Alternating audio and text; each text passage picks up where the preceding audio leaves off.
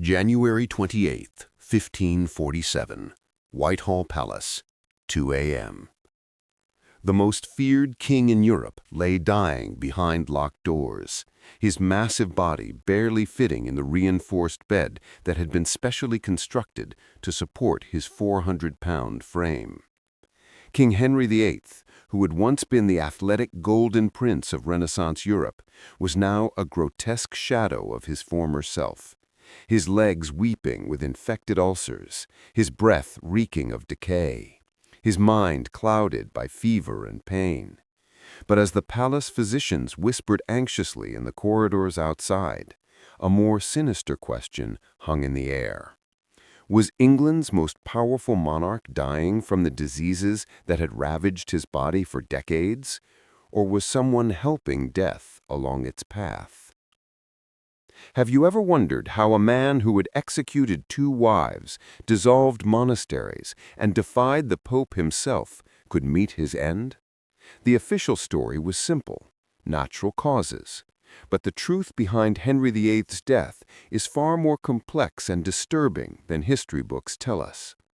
Tonight, I'll reveal the shocking evidence that suggests one of history's most notorious kings may have been murdered by those closest to him. The monster in royal robes. To understand why Henry VIII might have been murdered, we must first understand what he had become by 1547. This was no longer the charismatic young king who had ascended the throne 38 years earlier. The handsome prince who had once impressed European courts with his athleticism, intelligence, and charm had transformed into something that terrified even his closest advisors. By his final years, Henry had become a walking medical catastrophe. His body, once the epitome of royal magnificence, was now a landscape of pain and infection. His left leg, injured in a jousting accident in 1536, had never properly healed. Instead, it had become a festering wound that required daily cleaning and dressing. The stench was so overpowering that courtiers would hold perfumed handkerchiefs to their faces when forced to approach their king. But the physical decay was nothing compared to the psychological deterioration. The Henry VIII of the 1540s was paranoid, violent, and utterly unpredictable. He could order a man's execution for a perceived slight and forget about it within hours. His rages had become legendary, even among courtiers who had served under some of history's most temperamental monarchs. "His Majesty's anger is like a tempest," wrote Thomas Seymour, brother of Henry's third wife Jane Seymour, in a private letter to his ally John Dudley in late 1546. "It strikes without warning and destroys everything in its path. We walk on eggshells every moment of every day, knowing that a single wrong word could mean death." This was not hyperbole. In his final years, Henry had executed more nobles than any English king before him. The Tower of London had become a revolving door of former favorites who had fallen from grace with lethal consequences. The physical evidence of decay. The medical reality of Henry's condition in 1547 was horrifying. Contemporary accounts describe a king who could barely walk, whose legs had to be supported by mechanical devices, and whose breath was so foul that few could stand to be in his presence. But what exactly was killing him? The ulcers on his legs had become so severe that they were visible through his stockings. Court physicians described them as black and putrid, releasing a constant flow of infected material that required hourly attention. The king's personal servants, sworn to secrecy about the monarch's condition, privately described wounds so deep that bone was visible. More disturbing were the psychological symptoms that accompanied the physical decay. Henry's memory had become increasingly unreliable. He would fly into rages over imagined slights, accuse loyal servants of treason for minor infractions, and spend hours staring into space, apparently unaware of his surroundings. Dr. Thomas Wendy, one of Henry's personal physicians, kept a secret medical journal during the king's final months. These notes, discovered centuries later in a private collection, paint a picture of a man whose body was systematically failing. His Majesty's condition deteriorates daily. The corruption in his legs spreads upward, and I fear it may soon reach vital organs. His appetite has vanished entirely, yet his thirst is unquenchable. Most concerning of all, his urine has developed a sweet smell that reminds me of rotting fruit. This last observation is particularly significant to modern medical experts, as it strongly suggests diabetes, a condition that would have been universally fatal in the 16th century. But perhaps the most compelling reason to suspect foul play in Henry's death lies not in his medical condition, but in the political situation surrounding him. By January 1547, the question of succession had become a powder keg threatening to explode into civil war. Henry's heir was his 9-year-old son, Edward, born to his third wife, Jane Seymour, who had died shortly after childbirth. While Edward's legitimacy was unquestioned, his youth made him a puppet waiting for someone to pull his strings. The question was, who would control England during his minority? The main contenders were Edward Seymour, Earl of Hertford and the young prince's uncle, and John Dudley, Earl of Warwick and one of Henry's most trusted military commanders. Both men had spent years positioning themselves for this moment, building networks of allies, accumulating wealth and land grants from the king, and carefully eliminating potential rivals. But there was a problem. Henry VIII was unpredictable enough that he might change his will at any moment. The aging king had already demonstrated his willingness to execute even his closest advisors if they displeased him. As long as Henry lived, neither Seymour nor Dudley could be certain they wouldn't end up on the scaffold. Thomas Wriothesley, the Lord Chancellor, and one of the few men who still had regular access to the king, understood the precarious nature of their situation. In a coded letter to his ally Bishop Stephen Gardiner, written just weeks before Henry's death, he wrote, "Our sovereign lord's condition grows more uncertain by the day, not merely in body, but in mind. Those who stand to gain from stability pray daily for resolution, while those who profit from chaos fear the coming change. The realm hangs in balance, and I fear that balance may soon be deliberately disturbed."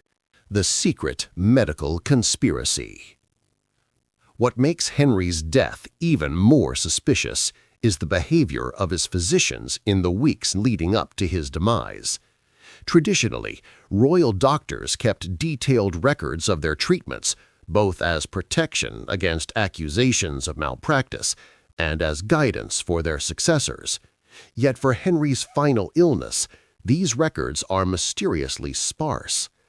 Dr. Wendy's secret journal reveals that at least 3 different physicians were treating the king simultaneously, but none of them seemed to be coordinating their efforts.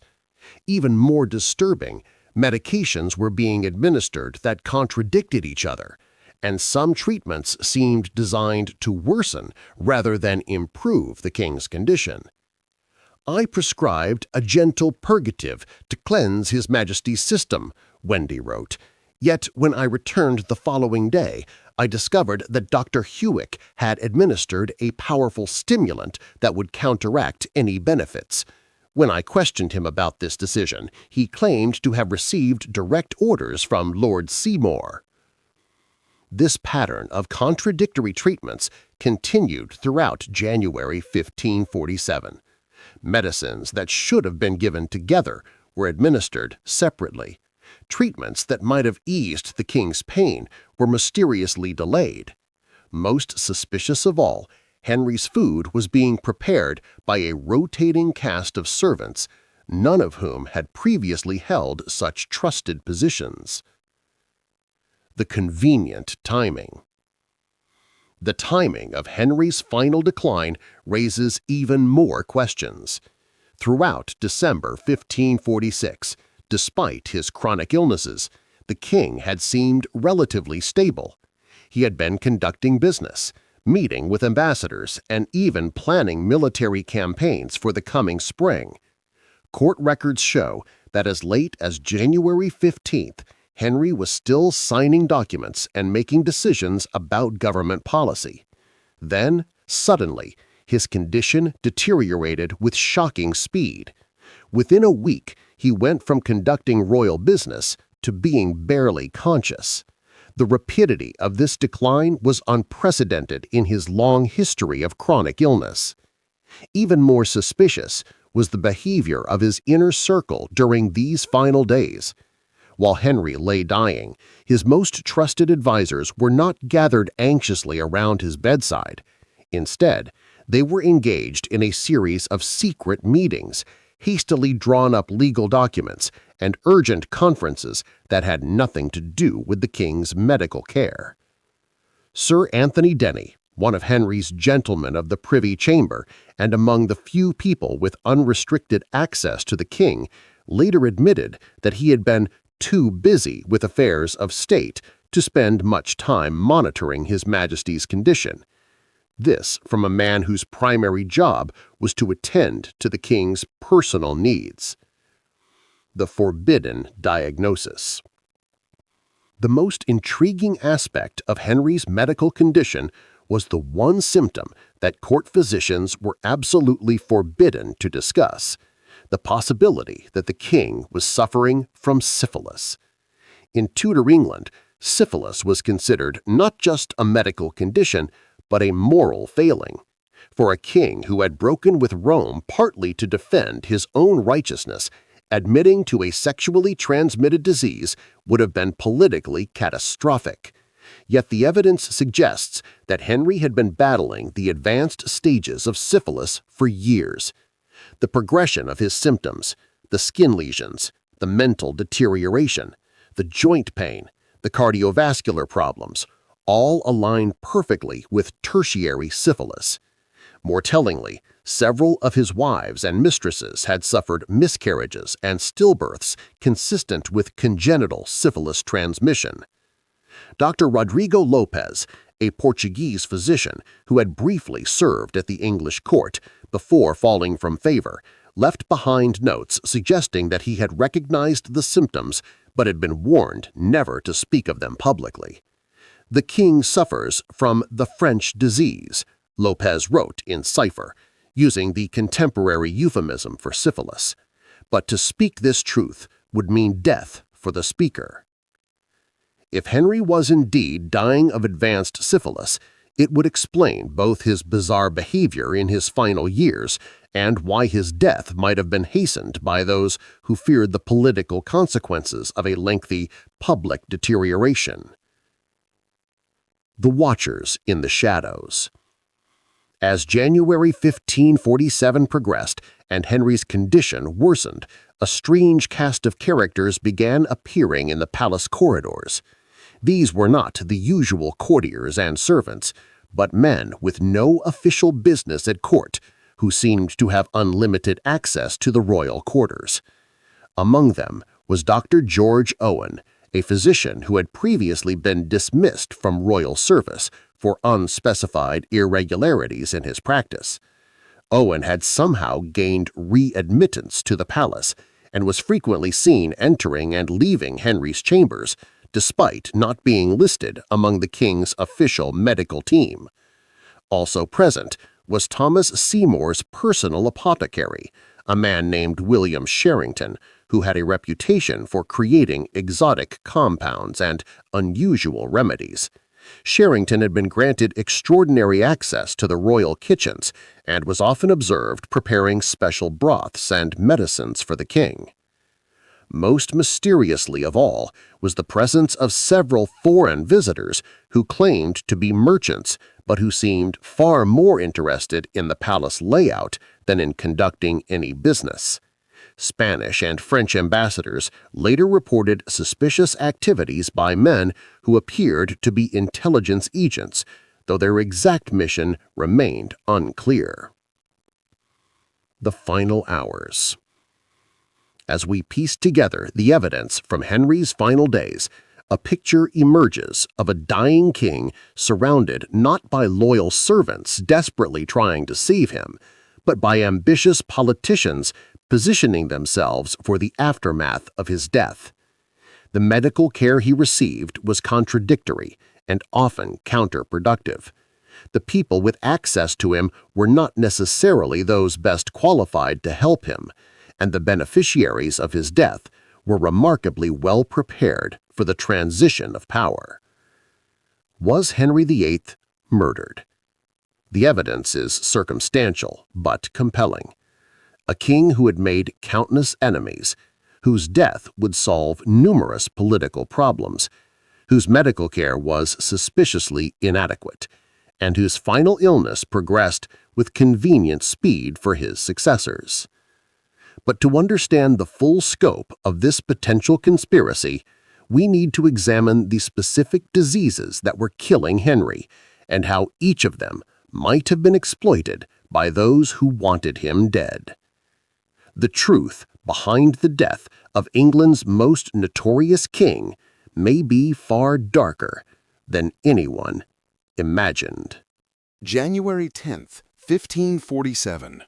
The royal physician's private study.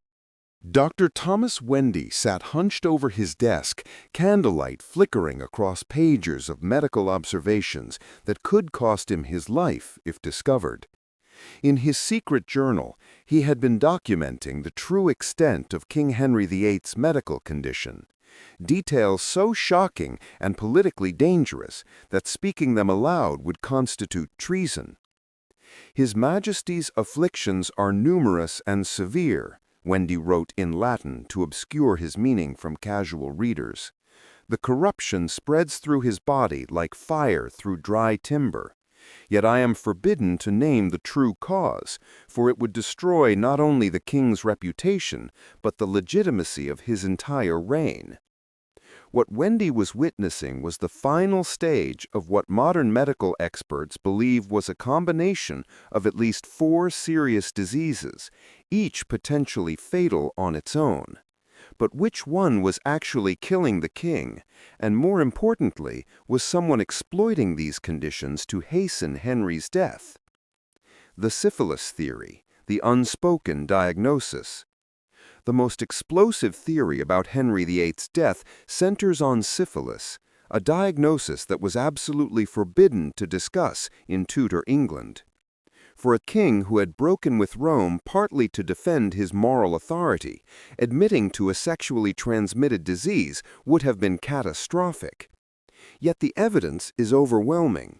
Dr. Margaret Somerville, a modern medical historian who spent decades analyzing Henry's symptoms, concluded, "When you examine the full progression of Henry's health problems from 1536 onwards, the pattern matches tertiary syphilis almost perfectly."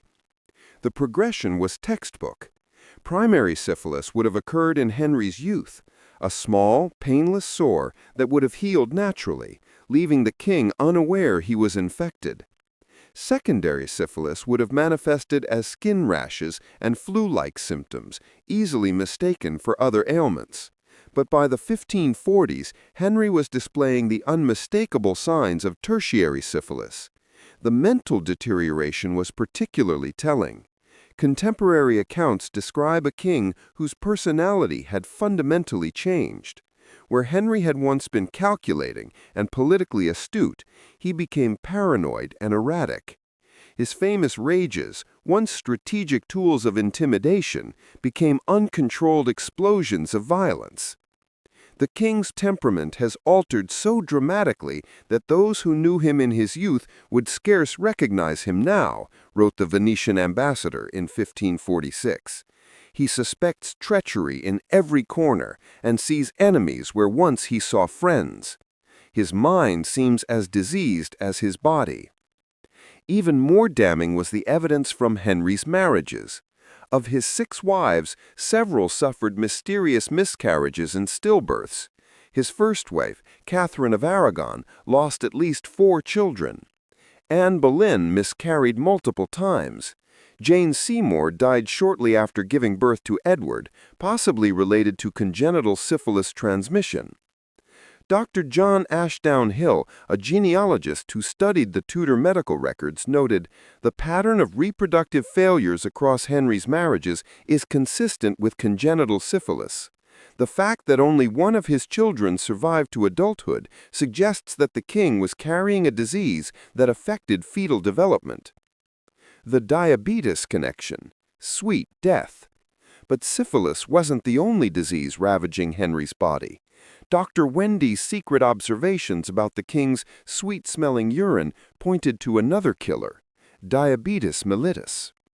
In the 16th century, diabetes was known as the pissing evil, a mysterious condition that caused uncontrollable thirst, frequent urination, and eventual death.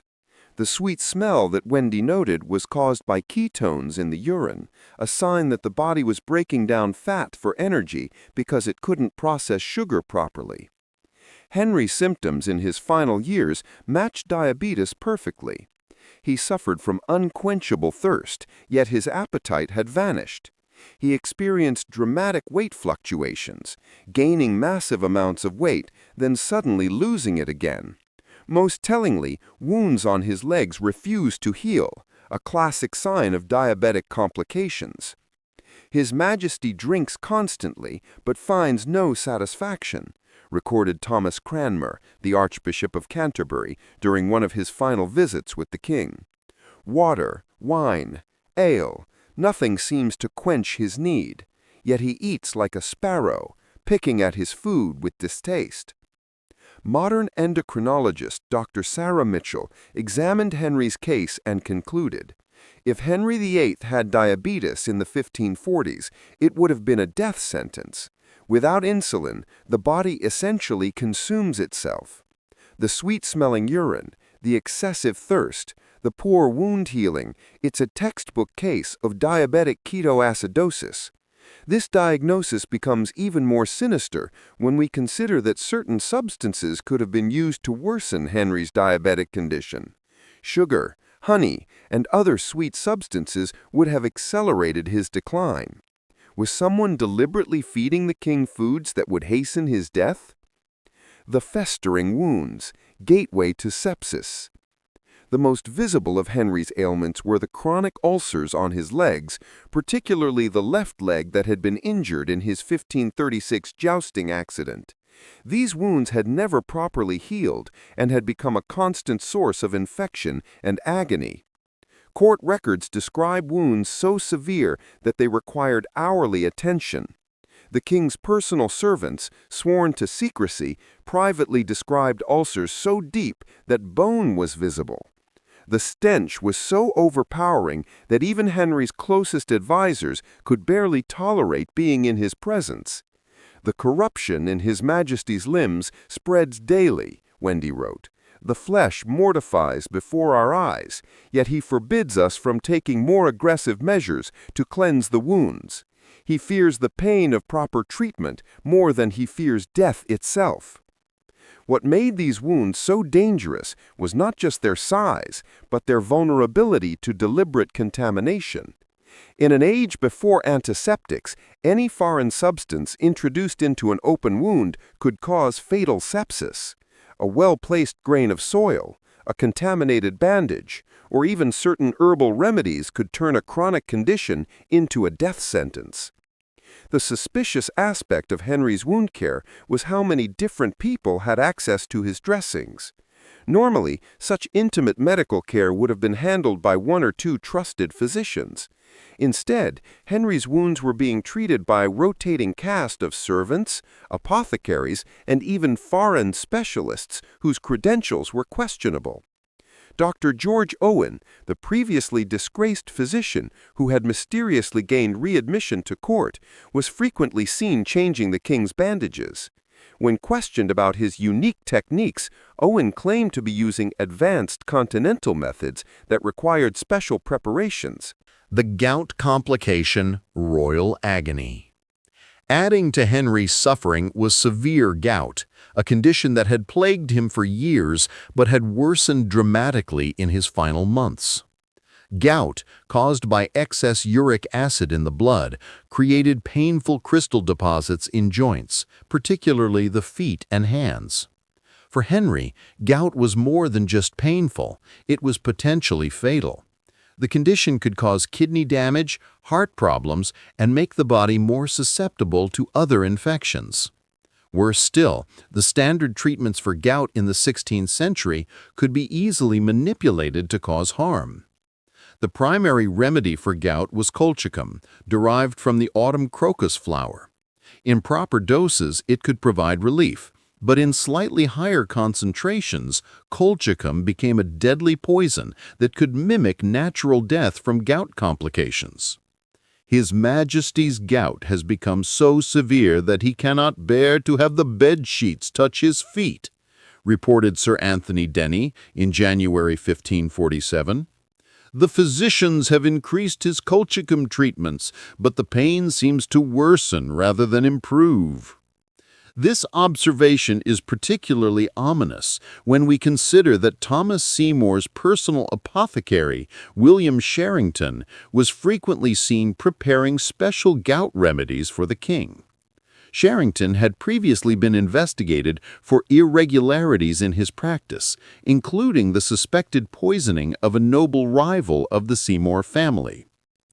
The heart of darkness, cardiovascular collapse. Perhaps the most overlooked aspect of Henry's medical condition was his cardiovascular health.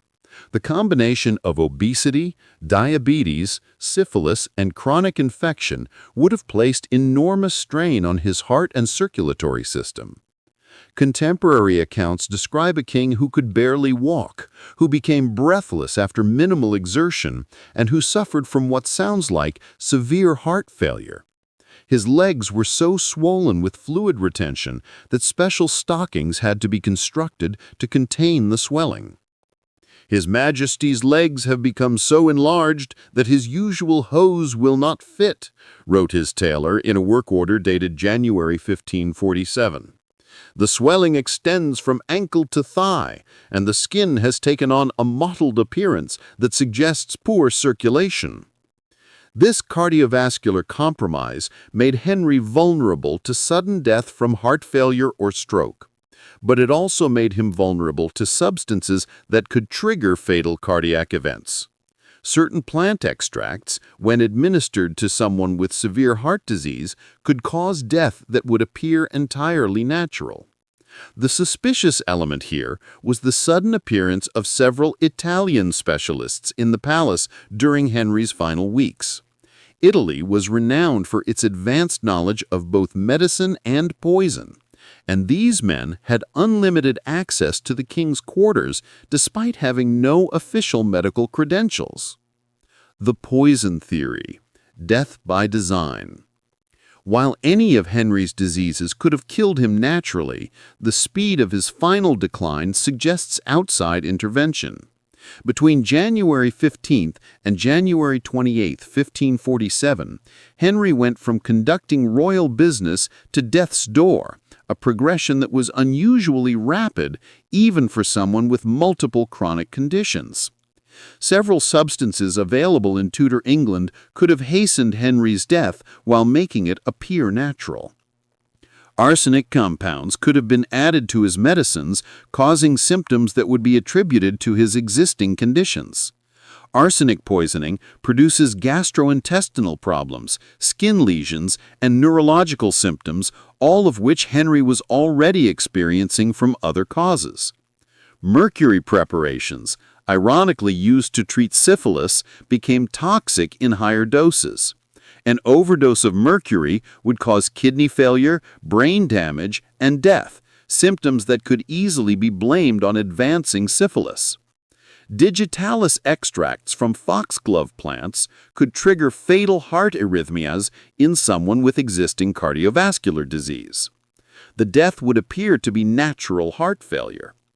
Concentrated colchicum in his gout medications could cause multiple organ failure that would be attributed to complications of his existing conditions. The most chilling possibility is that Henry's killers didn't need to use exotic poisons. With his multiple chronic conditions, simply withholding proper treatment or providing contradictory medications could have been enough to push him over the edge. The cover-up evidence. What makes the poison theory more credible is the systematic destruction of evidence that occurred after Henry's death. Medical records that should have documented his final illness were mysteriously lost or destroyed. The physicians who had attended him were quickly reassigned to other duties or disappeared from court entirely. Dr. Wendy's secret journal, discovered centuries later, reveals that he was warned to forget many of the details of Henry's final treatment. "I have been advised by persons of great authority that my recollections of His late Majesty's medical care should remain private for the good of the realm," he wrote cryptically. Even more suspicious was the speed with which Henry's body was prepared for burial. Normally, royal corpses were embalmed and lay in state for extended periods. Instead, Henry's body was quickly sealed in lead coffining and buried within days, preventing any later examination that might reveal traces of poison. The medical conclusion. The medical evidence suggests that Henry VIII was dying of multiple conditions: advanced syphilis, diabetes, infected leg ulcers, severe gout, and cardiovascular disease.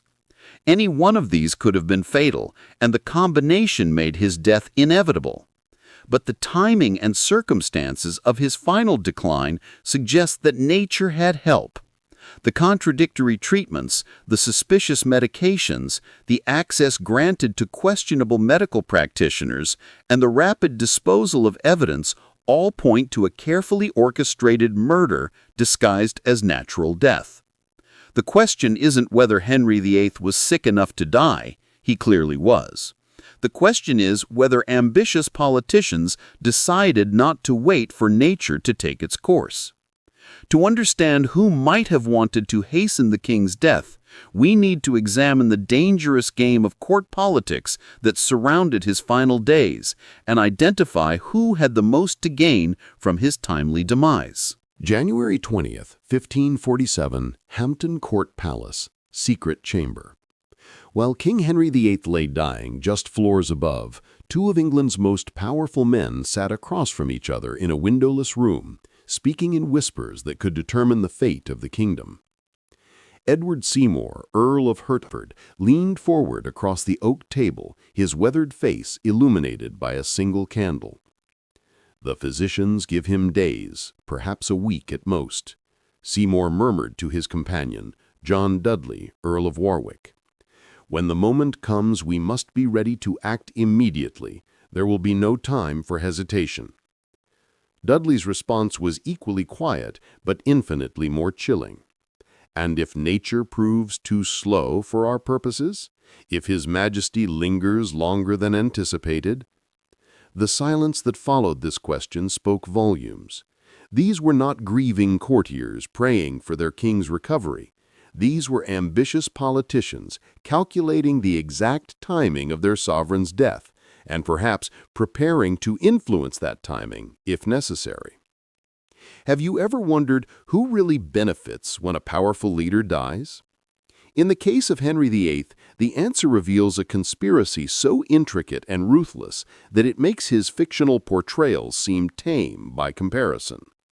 The Seymour brothers, ambition in the blood. Edward Seymour had been positioning himself for this moment since his sister Jane became Henry's third wife in 1536. As uncle to the future King Edward VI, he stood to become the most powerful man in England once Henry died. But power in Tudor England was never guaranteed.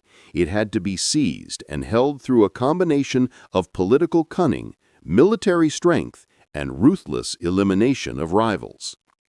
Seymour's ambition was legendary, even among a court famous for its political climbers. Born into minor nobility, he had systematically married his way into power, placing his sister Jane in Henry's bed and maneuvering his family into key positions throughout the government. By 1547, Seymour controlled significant portions of the royal treasury, commanded loyalty from important military leaders, and had spent years building a network of allies who owed their positions to his influence. But there was a problem. Henry VIII was unpredictable enough to change his will at any moment. The aging king had already demonstrated his willingness to execute even his closest advisors if they displeased him. As long as Henry lived, Seymour could never be certain he wouldn't end up on the scaffold like so many others who had once enjoyed royal favor.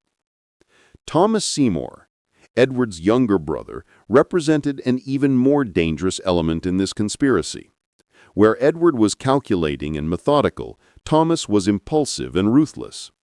As brother-in-law to the dying king and uncle to the future monarch, Thomas stood to gain enormous wealth and influence from Henry's death. More importantly, Thomas had something his older brother lacked: direct access to the king's personal quarters. As a member of Henry's inner circle, Thomas could enter the royal chambers at any hour without suspicion. He had opportunities to observe the king's medical treatments, influence his care, and potentially introduce substances that might hasten his decline. Thomas grows more impatient daily, Seymour confided to his ally Sir William Paget in a coded letter intercepted by Spanish intelligence. He speaks openly of his frustration with His Majesty's persistence. I fear his impatience may lead to actions that could compromise our position. The Dudley factor, military muscle behind the plot. John Dudley, Earl of Warwick, brought a different but equally crucial element to the conspiracy: military control. As one of Henry's most trusted commanders, Dudley controlled significant portions of the English army and had cultivated loyalty among key military leaders throughout the kingdom. Dudley's motivation was more complex than simple ambition. He had served Henry faithfully for years, but he had also watched the king execute numerous friends and allies for minor infractions. The aging monarch's paranoia had reached such levels that no one, regardless of their past service, could feel safe from his wrath. More practically, Dudley understood that England needed stable leadership to survive the challenges ahead. The country faced threats from Scotland, France, and the Holy Roman Empire. Religious divisions created by Henry's break with Rome had left the nation vulnerable to internal rebellion. A 9-year-old king guided by competent regents offered better prospects for stability than an increasingly erratic adult monarch who might declare war on a whim. His Majesty's condition affects not only his body but his judgment, Dudley wrote to his son in December 1546. Yesterday, he ordered preparations for an invasion of France. Today, he cannot remember giving such commands. We cannot govern a kingdom based on the fevered dreams of a dying man. But Dudley's most significant contribution to the conspiracy was his network of foreign contacts. As a military leader, he had developed relationships with intelligence operatives from across Europe. Some of these contacts possessed knowledge of exotic substances that could cause death while leaving few traces, knowledge that might prove useful if Henry's natural decline proved too slow. The regency problem: too many claimants.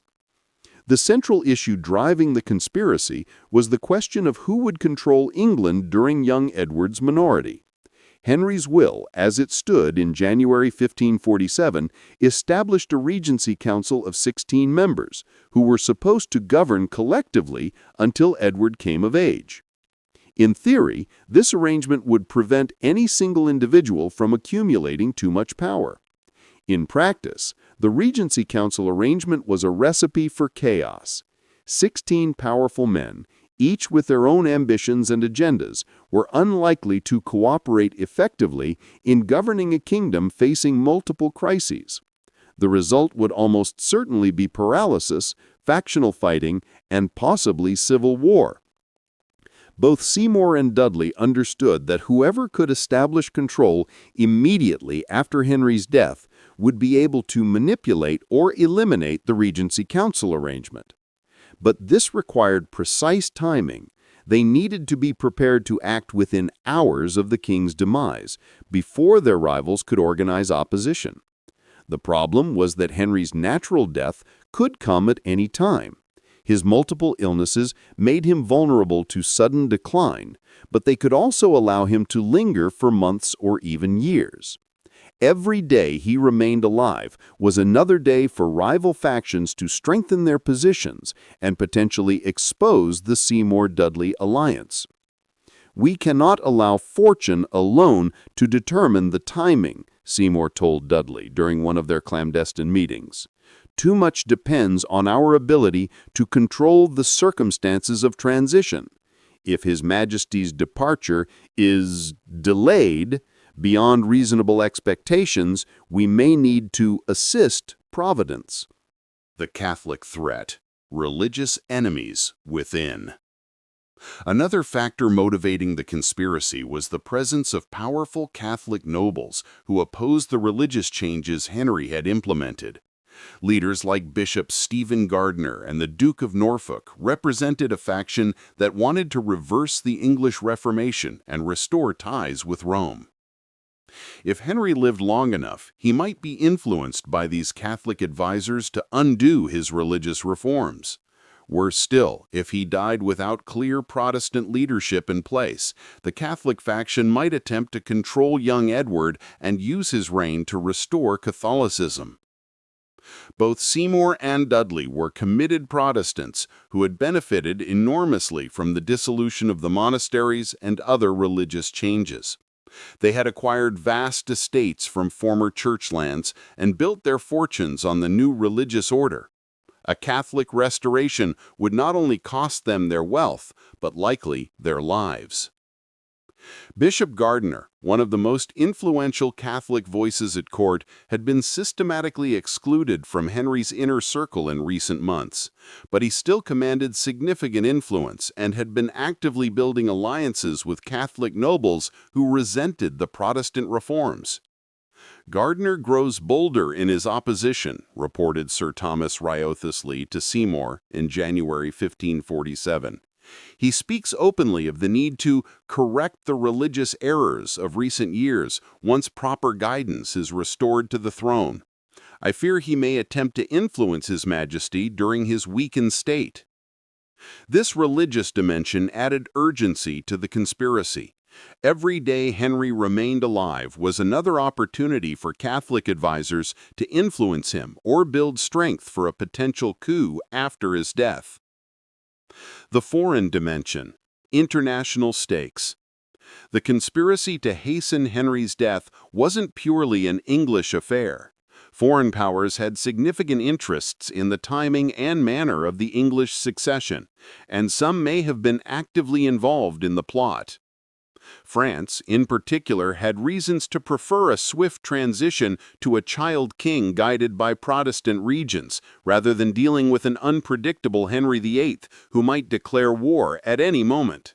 French intelligence operatives were known to be active in London, and they had the resources and knowledge to provide assistance to English conspirators. The Holy Roman Emperor, Charles V, also had interests in English affairs, though his preferences were more complex. As a Catholic, he might have preferred to see Catholic advisors gain control of young Edward. But as a pragmatist, he recognized that a stable Protestant England was better than a chaotic one that might invite French intervention. Most intriguingly, there were reports of Italian physicians and apothecaries appearing at the English court during Henry's final months. Italy was renowned for both advanced medical knowledge and sophisticated poisons. These individuals had somehow gained access to the royal quarters despite having no official credentials, suggesting they were operating under the protection of powerful patrons. Several strangers of Italian extraction have been granted extraordinary access to His Majesty's chambers, noted the Venetian ambassador in his dispatches to Venice. Their credentials are questionable, yet they seem to have the confidence of certain English lords. One cannot help but wonder what services they might be providing. The financial motive: following the money. Perhaps the most compelling evidence for a conspiracy to murder Henry VIII lies in the financial arrangements that were made in the weeks before his death. Both Seymour and Dudley had been accumulating liquid assets and making strategic investments that suggested they expected significant political changes in the near future. Seymour had liquidated several major land holdings and transferred the proceeds to secure locations outside England. This was unusual behavior for a noble whose power was typically tied to landed estates. The timing suggested he was preparing for either a major political opportunity or the possibility of needing to flee the country if his plans were discovered. Dudley had made similar financial preparations, but his approach was more subtle. Rather than liquidating assets, he had been building a network of financial obligations that would allow him to call in favors from nobles and merchants across England. These preparations suggested he expected to be in a position to grant significant favors in the near future. Both men had also been making unusual payments to individuals with no obvious connection to their normal business affairs. These payments, documented in financial records discovered centuries later, included substantial sums to foreign physicians, apothecaries, and individuals described only as specialists in continental practices. The pattern of payments is highly suggestive, notes Dr. Simon Thurley, a historian who has studied Tudor financial records. These are not the normal expenses of running noble households.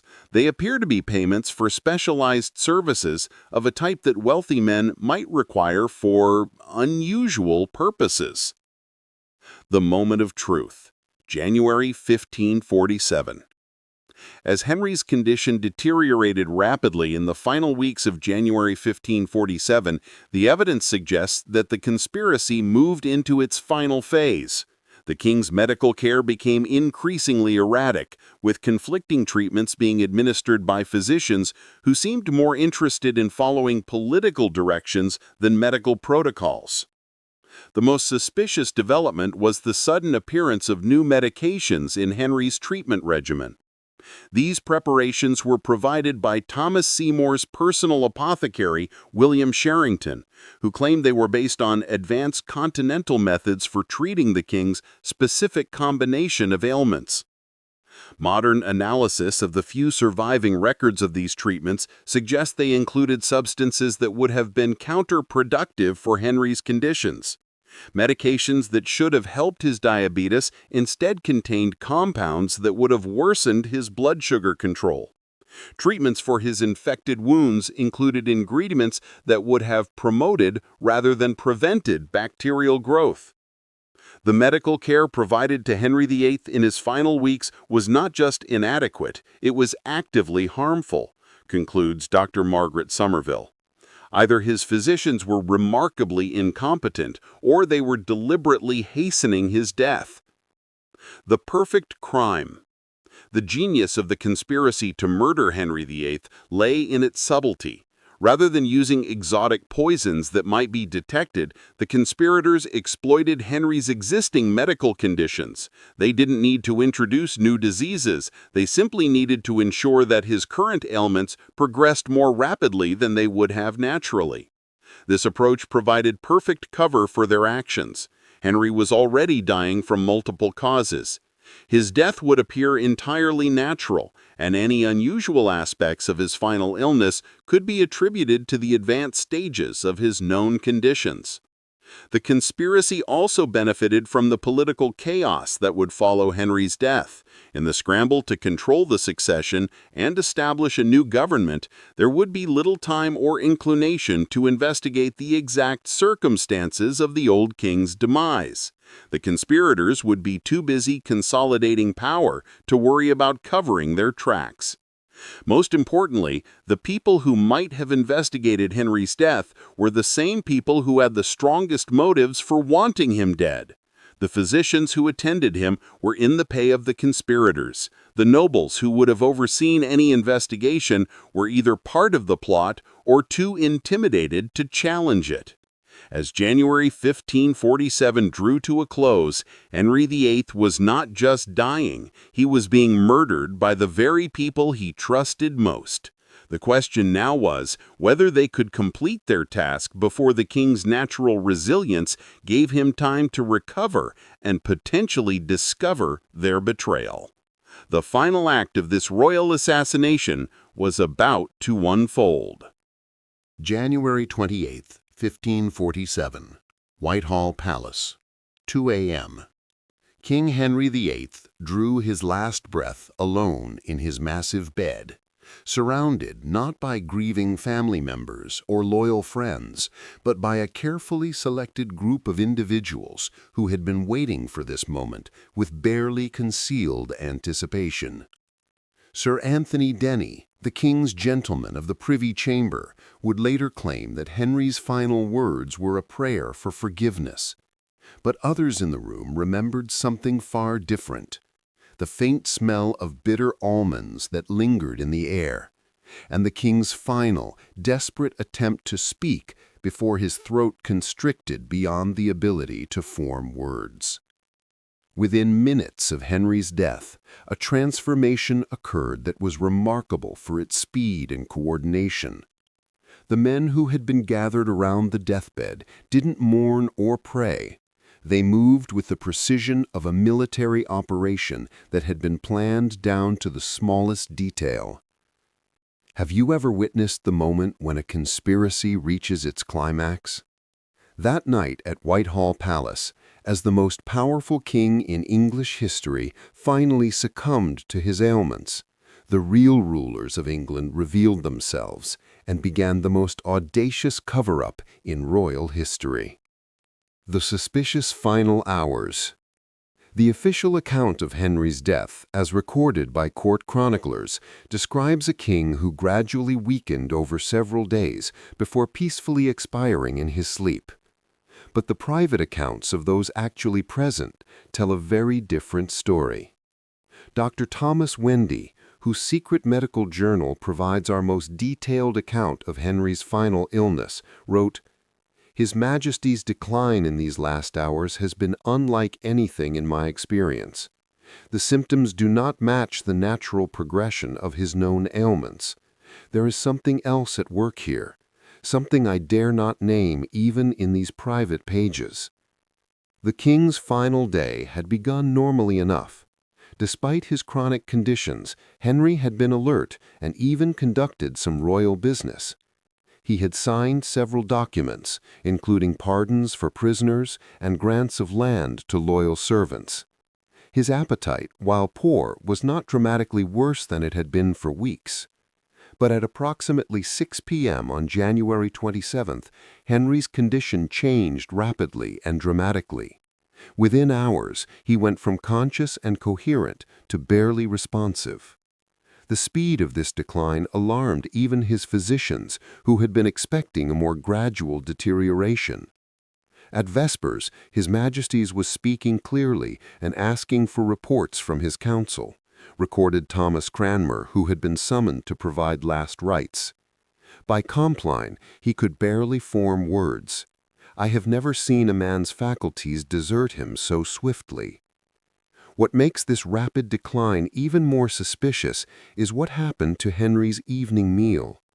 According to kitchen records, the king's food had been prepared by William Sherrington, Thomas Seymour's personal apothecary, who claimed to be providing special dietary supplements to help with Henry's various ailments. The meal included a special broth that Sherrington had been preparing for several weeks, claiming it contained rare herbs that would strengthen the king's constitution. But analysis of similar recipes from the period suggests that Sherrington's broth contained substances that would have been counterproductive for someone with Henry's medical conditions. The moment of death. Unnatural signs. The actual moment of Henry's death provided several details that contradict the official narrative of natural causes. Multiple witnesses reported that the king's final breathing was accompanied by a distinct odor that one observer described as sweet corruption and another as the scent of green almonds. These descriptions are particularly significant to modern toxicologists. The smell of bitter or green almonds is a classic sign of cyanide poisoning, while sweet corruption could indicate various organic toxins that were available to sophisticated poisoners of the Tudor period. Even more tellingly, Henry's body showed signs of what medieval physicians called the fighter's death, muscle rigidity and facial contortions that suggested he had died fighting against whatever was killing him, rather than peacefully succumbing to natural illness. His Majesty's countenance in death was not that of a man at peace, wrote Sir William Paget in a private letter to his wife. His features were twisted as if in great pain, and his hands were clenched so tightly that we had difficulty prying them open for the funeral preparations.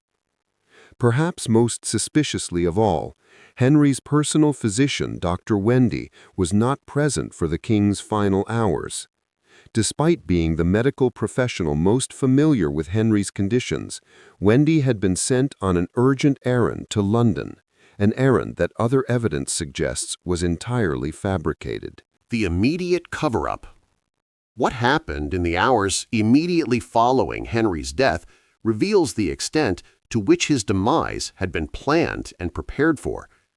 While normal protocol would have required immediate notification of the heir and formal announcement of the succession, instead, a conspiracy of silence was maintained for nearly 3 days. Edward Seymour moved with stunning efficiency to consolidate power. Within hours of Henry's death, while the fact was still being concealed from the public, Seymour had secured control of the royal treasury, taken possession of key government documents, and placed his supporters in control of critical military installations around London. John Dudley, meanwhile, was implementing the military aspects of their plan. Strategic garrisons were quietly reinforced with troops loyal to the Seymour faction. Potential rivals were politely but firmly detained on various pretexts. Communication routes between London and the rest of the kingdom were placed under the control of reliable allies. Most remarkably, arrangements had already been made for Henry's funeral and young Edward's coronation, arrangements so detailed and comprehensive that they could only have been prepared well in advance of the king's actual death. The speed with which funeral preparations were completed suggests they'd been planned for weeks or months, notes Dr. David Starkey, a leading Tudor historian. Royal funerals normally required extensive planning and preparation. The fact that everything was ready suggests someone knew exactly when Henry would die. The swift destruction of evidence. Perhaps the most damning evidence of a cover-up was the systematic destruction of materials that might have revealed the true circumstances of Henry's death. Within days of his demise, medical records began disappearing, physicians were reassigned to distant locations, and potential witnesses were either rewarded for their silence or eliminated entirely. Dr. Thomas Wendy, whose secret journal provides our most detailed medical account of Henry's final illness, was quickly appointed to serve in Scotland, effectively exiling him from England and making it impossible for him to share his observations with anyone who might ask uncomfortable questions. William Sherrington, the apothecary who had prepared Henry's final meals and medications, died under mysterious circumstances just 3 months after the king. The official cause was given as plague, but Sherrington died during a period when no plague outbreaks were recorded in London. His death ensured that questions about the substances he had provided to Henry would never receive answers. Even more systematically, the foreign physicians and apothecaries who had gained access to Henry's chambers during his final months simply vanished. Attempts by foreign ambassadors to locate these individuals for questioning were unsuccessful. They had apparently returned to their home countries immediately after Henry's death, leaving no traces of their identities or activities. The physical evidence was destroyed with equal thoroughness. Henry's personal medical supplies, including the medications he had been taking during his final weeks, were burned rather than preserved for future reference. His bedding, clothing, and even the furniture in his death chamber were disposed of with unusual speed. The new regime, Seymour's triumph. The beneficiaries of Henry's timely death wasted no time in cementing their control. Edward Seymour, now styling himself as Lord Protector Somerset, had effectively become the ruler of England within days of Henry's demise. Young King Edward VI, just 9 years old, was a figurehead whose actual power was negligible. Seymour's first acts as Lord Protector revealed the extent to which he had prepared for this moment. He immediately began redistributing lands and titles to his supporters, creating a new power structure that marginalized potential rivals. The Regency Council that Henry's will had established was quickly sidelined, with real power concentrated in Seymour's hands. Most tellingly, Seymour showed no interest in investigating the circumstances of Henry's death. When foreign ambassadors raised questions about the king's rapid decline, they were politely but firmly told that such inquiries were inappropriate and potentially treasonous. The speed and efficiency with which the new regime consolidated power strongly suggests that Henry's death was not just anticipated, but actively orchestrated. The level of preparation required for such a smooth transition could only have been achieved by people who knew exactly when and how the old king would die. The long-term consequences. The murder of Henry VIII, for that is what the evidence suggests it was, had profound consequences for English history. The strong monarchical government that Henry had established was replaced by a regency dominated by ambitious nobles who were more interested in personal gain than effective governance. The religious policies that followed Henry's death were more radical than anything the old king would have approved. While Henry had broken with Rome, he had maintained essentially Catholic theology and practices. Under Seymour's influence, young Edward's reign saw the introduction of aggressively Protestant reforms that alienated large portions of the English population. Even more significantly, the precedent of murdering an inconvenient monarch established patterns of political violence that would plague England for generations. The execution of Charles I, a century later, while occurring in very different circumstances, was made psychologically possible by the Tudor tradition of disposing of rulers who had outlived their usefulness. The historical verdict, murder most royal. Modern analysis of the available evidence strongly supports the conclusion that Henry VIII was murdered by a conspiracy of ambitious courtiers who could not afford to wait for natural causes to remove an increasingly dangerous and unpredictable monarch. The medical evidence shows that while Henry was certainly dying of multiple chronic conditions, his final decline was unnaturally rapid and accompanied by symptoms consistent with poisoning. The political evidence reveals that his death occurred at the perfect moment for his enemies, and that they were remarkably well prepared to exploit his demise. Most damningly, the systematic destruction of evidence and elimination of witnesses follows a pattern consistent with an organized cover-up rather than natural grief and confusion following a monarch's death. When you examine all the evidence together, the medical anomalies, the suspicious timing, the prepared succession plans, and the systematic cover-up, the conclusion becomes inescapable, argues Dr. Margaret Somerville. Henry VIII was almost certainly murdered, and the murder was carried out by the very people who benefited most from his death. The irony is that Henry VIII, who had executed 2 wives, countless nobles, and thousands of subjects during his reign, ultimately became a victim of the same ruthless political calculation that he had employed so effectively against others.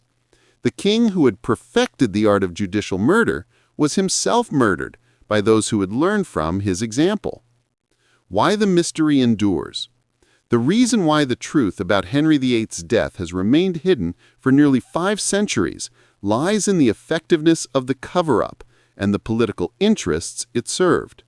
The conspirators who murdered Henry went on to become the official historians of his reign, ensuring that only their version of events would be recorded for posterity. More fundamentally, revealing the truth about Henry's murder would have called into question the legitimacy of Edward VI's reign and the entire Protestant Reformation that followed. Too many powerful interests were invested in maintaining the fiction that Henry had died naturally for the truth to be acknowledged. The murder of Henry VIII represents one of history's most successful political conspiracies, a crime so well planned and executed that it has been accepted as natural death for nearly 500 years. But the evidence is there for those willing to look beyond the official accounts and examine the darker truth that lie beneath the surface of Tudor history. In the end, the most powerful king in English history was brought down not by foreign enemies or popular rebellion, but by the very system of court intrigue and political ruthlessness that he himself had created and perfected. It was a fitting end for a monarch who had lived by violence and deception. But it was also a crime that deserves to be remembered and understood for what it truly was, the cold-blooded murder of a king by his most trusted advisors. The mystery of Henry VIII's death is solved. He was murdered.